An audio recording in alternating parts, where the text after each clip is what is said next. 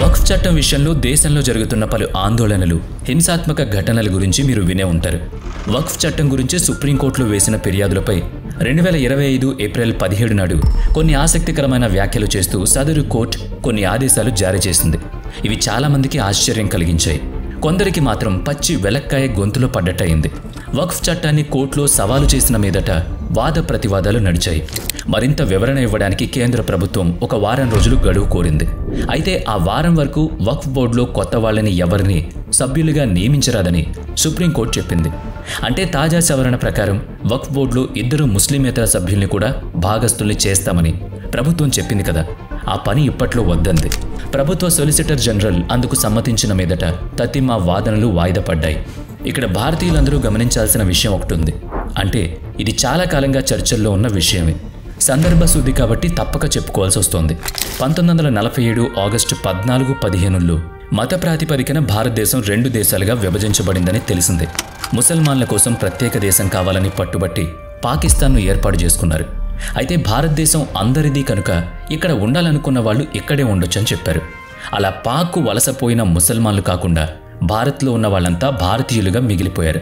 అయితే నాటి నుంచి నేటికి కూడా భారతీయ ముస్లిం సమాజం తమ మతంలో జోక్యం చేసుకోవద్దు, మాకు వేరే చట్టాలు వేరే న్యాయాలు అన్నీ మతపరంగానే వర్తింపజేసుకుంటామని వేరుకుంపటి పెట్టుకునే విధంగా ప్రవర్తించడం జరుగుతోంది. అందరికీ ఒకే భారతీయ న్యాయ సంహిత వర్తించాలని, ఉమ్మడి పౌరసత్వం ఉండాలని అంటుంటే వాళ్ళు తిరస్కరించడం జరుగుతోంది. అక్రమ వలసదారుల పట్ల ఉదార వైఖరి అవలంబించాలంటున్న రాజకీయ పార్టీలు అక్కడ కూడా మత సంతుష్టీకరణ రాజకీయాలే చేస్తున్నారన్నది గమనార్హం. భారతదేశంలో భారతీయ చట్టాలు అమలు కావడం పట్ల వ్యతిరేకత ఏంటో, వేరే దేశాలకు ఇక్కడ పౌరుల పట్ల ఆపేక్ష దేనికో అర్థం కానంత అమాయకత్వంలో భారతీయులున్నారని ప్రపంచం అనుకుంటే అది వారి భ్రమ అని చెప్పడానికి మన ప్రభుత్వాలు వెనకాడకూడదని సగటు భారతీయుడు కోరుకోవడం అత్యాశ అయితే కాదు. తాజాగా వక్ఫ్ సవరణ చట్టం విషయంలో ఎదురైన సవాలు విషయంలో సుప్రీంకోర్టు కేవలం 5 విషయాలపై వాదనలు వినిపించమని, అవేంటో ఒక్కరోజులో మీరే నిర్ణయించుకుని చెప్పమని ఫిర్యాది పక్షాల్ని కోరింది. వాదనలన్నీ సుప్రీంకోర్టు వెబ్సైట్ ద్వారా ప్రత్యక్ష ప్రసారం అవుతాయని చెప్పింది. ఇదంతా న్యాయ ప్రక్రియ. ఏం జరుగుతుందో అని భారతీయులు ఆసక్తిగా ఎదురుచూస్తున్నారు. అయితే భారతీయ పార్లమెంట్ చేసిన చట్టాన్ని పునఃసమీక్ష చేయడానికి భారత సర్వోన్నత న్యాయస్థానం ముందుకు రావడం అర్ధరహితంగా ఉందని భారతీయ ప్రభుత్వ సొలిసిటర్ జనరల్ సుప్రీంకోర్టు ముందు వాదించారు. సవరణ చట్టంలోని కొన్ని సెక్షన్లను పరిశీలించాల్సినవిగా చెప్పి మొత్తం చట్టం అమలుపై నిషేధం విధించడం సరికాదన్నారు. వక్ఫ్ సవరణ చట్టం 2025 రూపొందించడానికి పూర్వరంగంలో దేశంలోని వివిధ నిపుణులతో సంప్రదింపులు జరిగాయి. వేర్వేరు వర్గాల ప్రముఖుల అభిప్రాయాలు, వివిధ సామాజిక ప్రజల అభిప్రాయాలు సేకరించారు. వాటన్నిటినీ క్రోడీకరించి పెట్టారు. మార్పులు చేర్పులు చేసి అమల్లో ఉన్న వక్ఫ్ చట్టానికి సవరణలు చేసి చట్టసభల ఆమోదం పొందారు. అటువంటి చట్టాన్ని వ్యతిరేకిస్తూ ఫిర్యాదు చేస్తే దాన్ని సుప్రీంకోర్టు స్వీకరించడం అసంగతంగా ఉందని ప్రభుత్వ సొలిసిటర్ జనరల్ చెప్పారు. గ్రామానికి గ్రామమే వక్ఫ్ చట్టం క్రింద బోర్డు పరమవుతుంటే ప్రభుత్వం ఆ ప్రజల ఆవేదనను పట్టించుకోకుండా ఎలా ఉంటుంది చెప్పండి? ప్రజాప్రతినిధులుగా ఎన్నికైన వాళ్ళు చోద్యం చూస్తూ కూర్చున్నారా అని ప్రజలు ప్రశ్నిస్తుంటే వాళ్ళు చేతులు కట్టుకుని కూర్చోవడం కుదరదు. ప్రజా ప్రయోజనాల కోసం చట్టసభలు చేసే ప్రజా చట్టాల్ని కోర్టులు వ్యాజ్యం పేరిట తీసుకుంటే ఎలా అన్నది కేంద్రం ప్రశ్న. శాసన వ్యవస్థ పరిధిని న్యాయ వ్యవస్థ అతిక్రమిస్తోందా అని అనుమానించాల్సి వస్తోంది. అది వినడం కోసమే ఒక వారం సమయం ఇస్తున్నామని, అందాక వక్ఫ్ చట్టంలో యథాతథ స్థితి కొనసాగుతుందనేది సుప్రీంకోర్టు ప్రధాన న్యాయమూర్తి చెప్పారు. ఇక్కడే ఒక వాదన ప్రజల ముందుకొచ్చింది. సుప్రీంకోర్టు అడ్వకేట్ విష్ణుశంకర్ జైన్ రూపంలో భారతీయ సమాజమే ఈ ప్రశ్న వేసిందని భావించడంలో ఏ ఇబ్బంది లేదు. వక్ఫ్ బోర్డ్, వక్ఫ్ ట్రైబ్యునల్ల మూలంగా ఎదురవుతున్న ఎన్నో సమస్యల్ని, అవి ఎంత తీవ్రమైనా సరే ఆయా రాష్ట్ర హైకోర్టులో తేల్చుకోమని చెబుతూ వస్తున్న భారతీయ న్యాయ వ్యవస్థ ఇప్పుడు వక్ఫ్ సవరణ చట్టం గురించి వ్యాజ్యం వేయగానే వెంటనే దాన్ని విచారణకు స్వీకరించడం, వాదనలు మొదలుపెట్టడం చాలా విచిత్రంగా అనిపిస్తోంది. దశాబ్దాలుగా రాష్ట్రాల హైకోర్టులో వాయిదాల మీద వాయిదాలు పడుతూ ఉన్న సుమారుగా 140కి పైగా ఫిర్యాదుల్లో ఇలాంటి మధ్యంతర వెసులుబాటు ఇవ్వలేదు.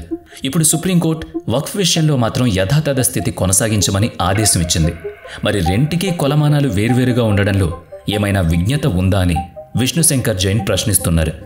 అదే భారత సర్వోన్నత న్యాయస్థానం గత 13 సంవత్సరాలుగా 4 రాష్ట్రాలకు సంబంధించిన దేవాదాయ ధర్మాదాయ శాఖల స్వాధీనం చేసుకున్న హిందూ దేవాలయాలకు సంబంధించిన ఫిర్యాదులు సుప్రీంకోర్టులో ఉంచితే తాజాగా వాటిని ఆయా రాష్ట్రాల హైకోర్టులకు బదిలీ చేసుకోమని చెప్పింది.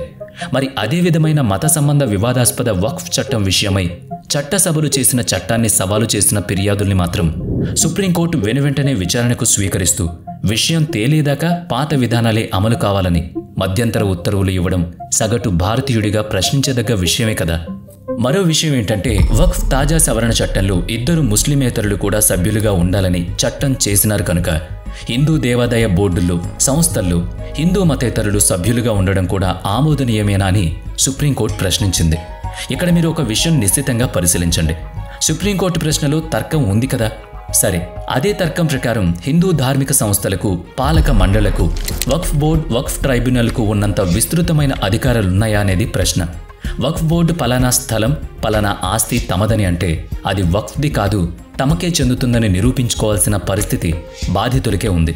హిందూ ధార్మిక సంస్థలకు అటువంటి వీల్లేదు. ముస్లిమేతర ధర్మాల వారెవ్వరికీ ఇటువంటి అధికారాలు లేవు. కాబట్టి అటువంటి అధికారం వచ్చిన తర్వాత అప్పుడు వాటి పాలక మండళ్లలో సభ్యులుగా ఎవరినైనా పెట్టుకోవచ్చని ముస్లిమేతర వర్గాలు అడగడంలో తార్కిక న్యాయం ఉంది. పైగా వక్ఫ్ వివాదాలన్నీ కూడా కేవలం వక్ఫ్ ట్రైబ్యునల్లో మాత్రమే తీర్చుకోవాలి. తతిమా ధర్మాల వివాదాలు కోర్టులోనే తీర్చుకోవాలనేది కూడా పక్షపాతమే. ఒకే దేశంలో ఒక మతానికి ఒక న్యాయం, మిగతా వాళ్ళందరికీ వేరే న్యాయం ఎలా అన్నది నిజంగా ప్రశ్నించాల్సిందే.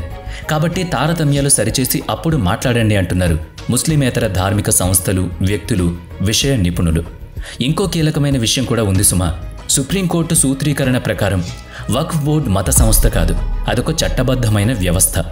కాబట్టి వక్ఫ్ బోర్డులో ఇక మత సంబంధ నియామకాలు ఉండనవసరం లేదు.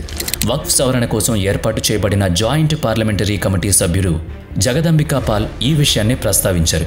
2010లో రామ్రాజ్ ఫౌండేషన్ వర్సెస్ భారత ప్రభుత్వం వ్యాజ్యంలో సుప్రీంకోర్టు స్వయంగా వక్ఫ్ను చట్టబద్ధమైన సంస్థగా పేర్కొంది. కనుక వక్ఫ్ ఆస్తుల్ని కాపాడాల్సిన కర్తవ్యం చట్టానికి ఉందని చెప్పింది. కర్ణాటక రాష్ట్ర వక్ఫ్ బోర్డు వర్సెస్ నజీర్ అహ్మద్ కేసులో వక్ఫ్ మత సంస్థ కాదని స్పష్టంగా చెప్పింది.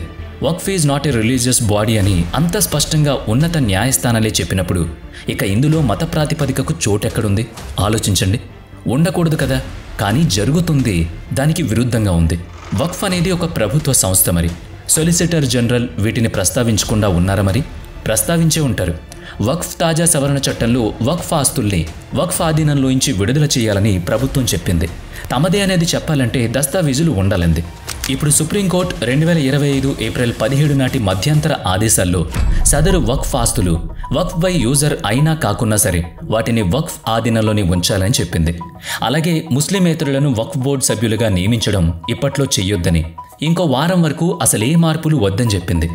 అలాగే వక్ఫ్ ఆస్తుల నిర్ణయాధికారం జిల్లా కలెక్టర్లకు ఇవ్వబడింది కనుక అది కూడా వద్దని, కలెక్టర్ వక్ఫ్ ఆస్తులను లాక్కుంటారని ఫిర్యాదుదారులు అనుమానం వ్యక్తం చేశారు కనుక కలెక్టర్ కేవలం ఆస్తుల పంచనామా చేయొచ్చు తప్ప సుప్రీంకోర్టు మళ్లీ ఆదేశాలు ఇచ్చే వరకు వక్ఫ్ ఆస్తుల్ని కలెక్టర్ జప్తు చేయడం కుదరదని చెప్పింది.